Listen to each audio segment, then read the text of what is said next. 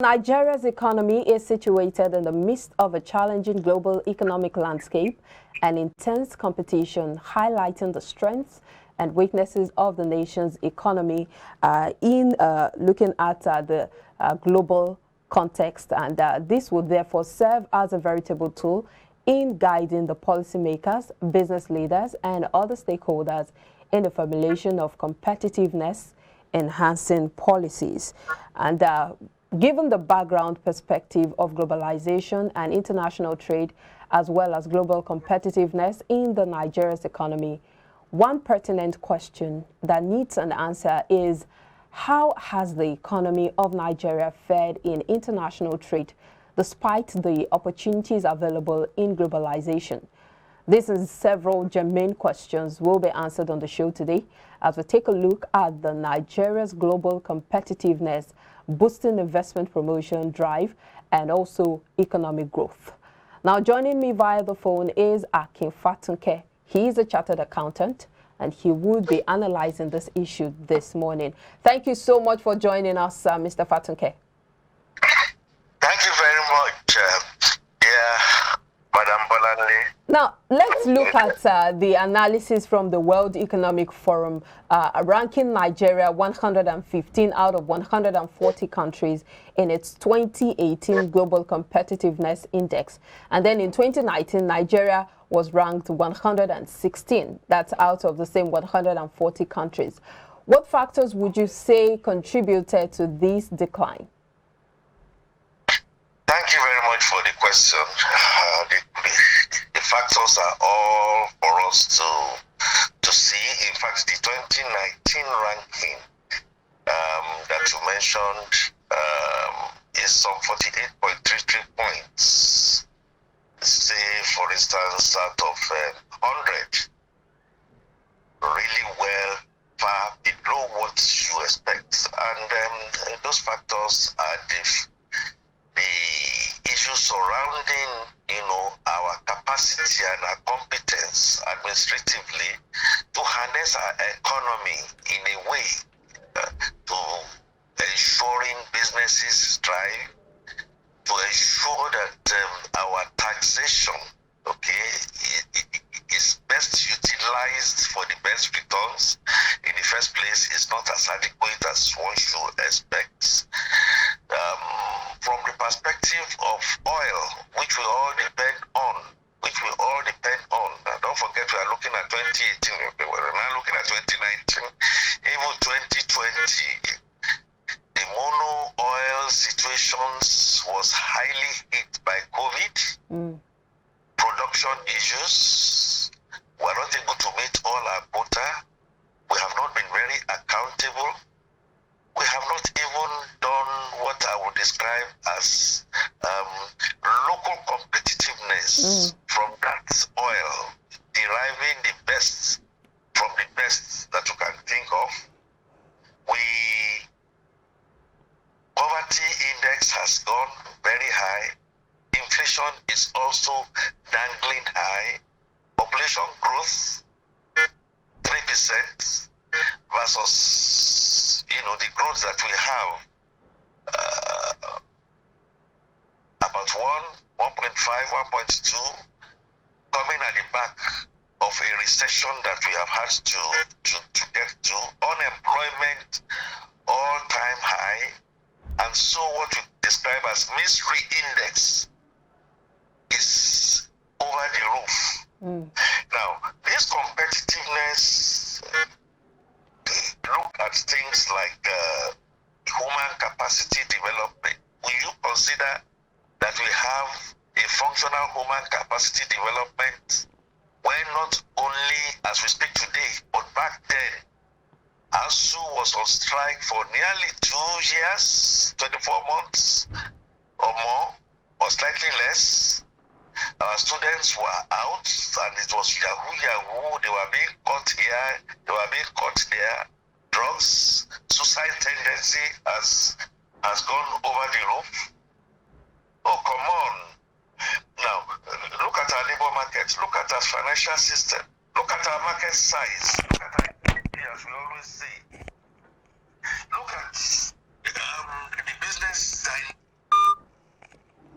Okay, Mr. Akin Fatunke seems to be off the line. Would try to connect with him again and continue the conversation. But of course, we're looking at what factors could have led to the decline, especially in Nigeria's Global Competitiveness Index. And we'll take a break. When we come back, the conversation continues. Please stay with us.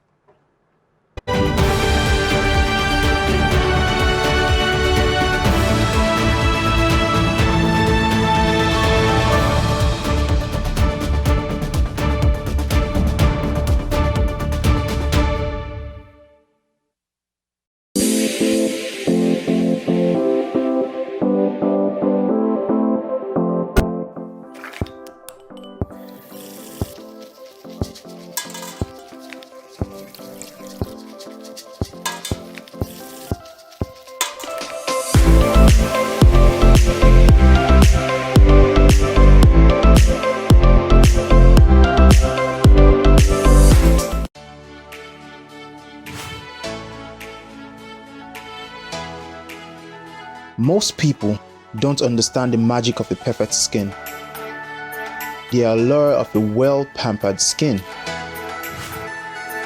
We bounce from skincare products to skincare products, from spa to spa.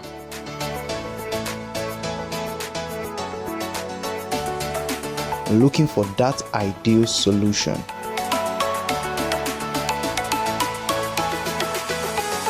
I found the solution.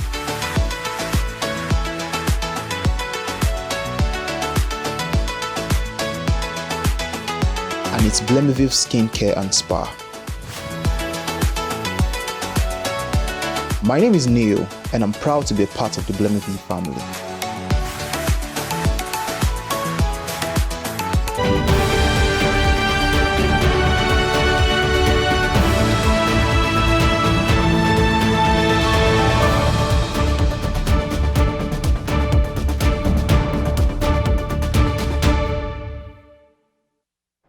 Glad to know you're with us, and we're still talking about Nigeria's Global Competitiveness Index, and Mr. Akin Fatunke joins us again to talk about this issue.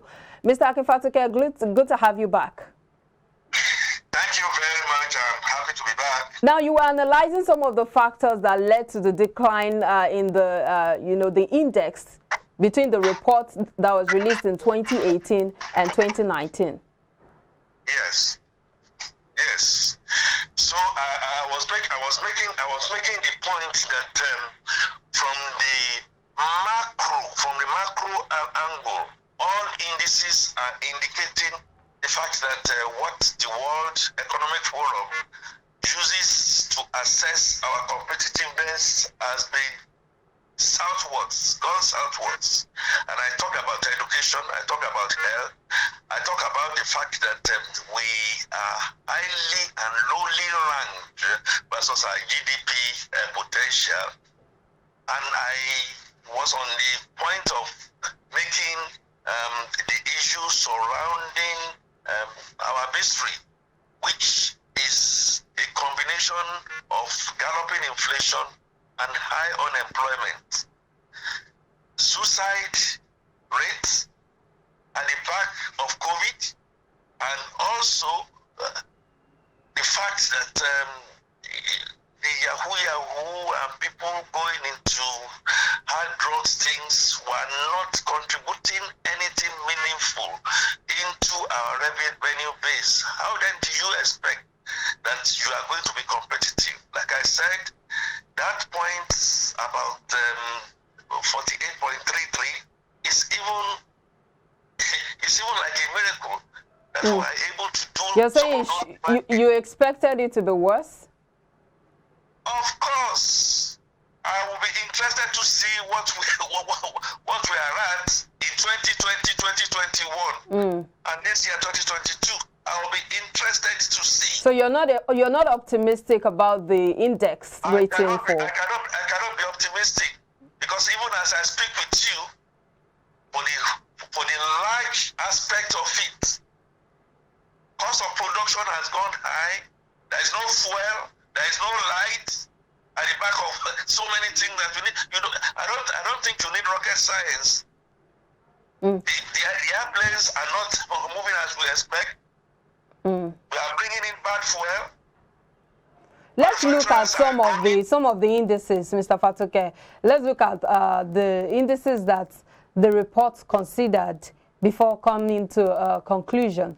The report is made up of about 98 variables organized into 12 pillars, with the most important including institutions, infrastructure, ICT adoption, macroeconomic stability, health, skills, product market, labor market, financial system, market size, business dynamism, and innovation capability. Apparently, aside the indices like innovation capability and infrastructure, these variables are not Nigeria's strong point. For instance, if you look at their health and some other variables that were considered, it looks like they are not areas where Nigeria can really boast of.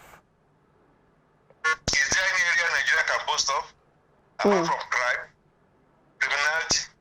But we're not doing badly when it comes to innovation. Our youths are innovative, and perhaps, yes, some of them may not have the enabling environment to carry out those innovations, but in terms of innovation, we must say that Nigeria isn't doing badly. I will grudgingly want to agree with you. That still remains in the realm of potential.